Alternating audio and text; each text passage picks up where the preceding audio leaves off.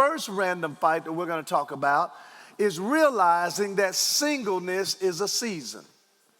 Everybody say singleness is a season. Okay, so if singleness is a season, why are you so desperate to get out of it? Do you know you make bad decisions when you are under duress? And many of you are under duress or you're stressed out because you feel you need to be in a relationship, and some of that stress is coming outside of you. It's coming from your family, it's coming from society, it's coming from your friends, it's coming from people. And listen, my thing is, don't let them rush you into something that's temporary anyway. The single life is temporary. So we're going to look at singleness as a season. In Ecclesiastes chapter 3, verse 1, I'm reading out of the King James Version. It says, to everything, everybody say everything. To everything there is a what, church? There's a season. So there's a season for you to get married. There's a season for you to be single. There's a season for you to have kids. There's a season for you to change jobs. He said there's a season to everything.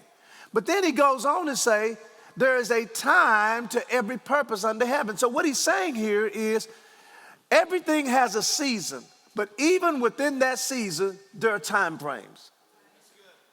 And the problem with a lot of people is they might be in the right season, but the decisions they make are not on time. When I was single for a short season, at one point I didn't feel I would get married again. I was like, you know, I'm almost 60. I can grunt it out. I'll make work my wife.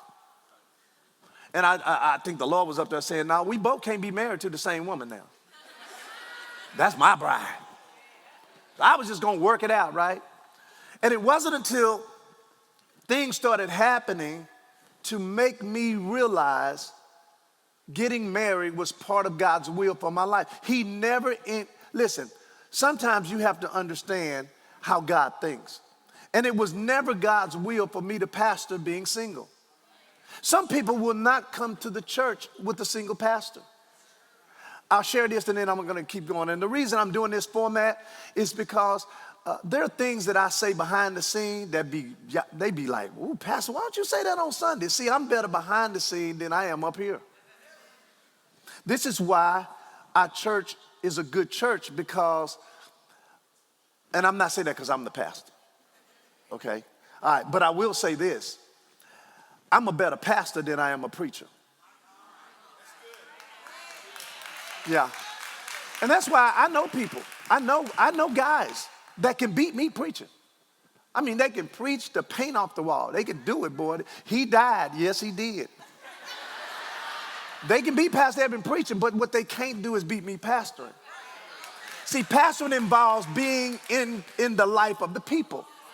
See, that's why I'm not gone most of the time. You know why? Because I'm not an evangelist. I'm a pastor.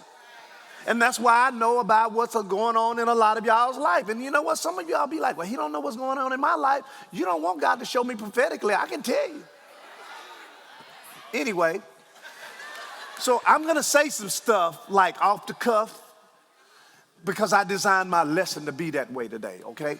So in Ecclesiastes, he says, to everything there's a season, to every time there's a purpose under heaven. And so I realized God wanted me to get married again.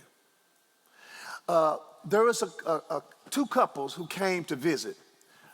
Both couples were looking for a church. This is when I was single. They came and visited. I'm not sure who invited them, but they came and visited.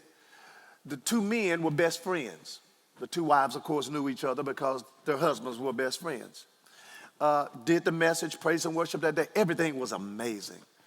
I get in line to greet visitors, and the first couple comes up, and they were like, this was great. We loved it.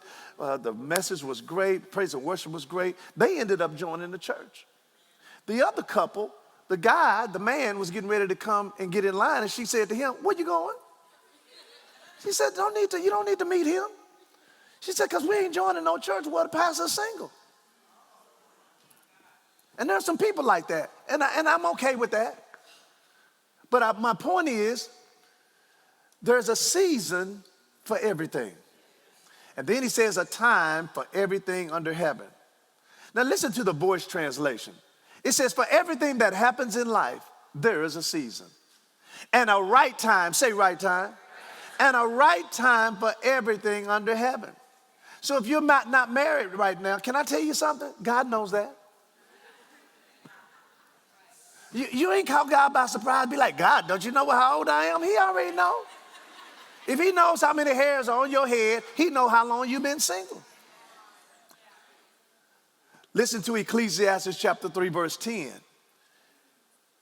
He said, I have seen the travail which God has given to the sons of men to be exercised in it. Watch verse 11. He, God, has made what? He's made what? He's made everything how? Beautiful, but what?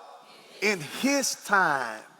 That tells me two things. Number one, singleness is not a state, it's a season. It also tells me that what God's purpose is, it's only his purpose that beauty is going to come out in time. So if God causes beauty to come out of everything, then something beautiful is scheduled to come out of your season of singleness. Amen.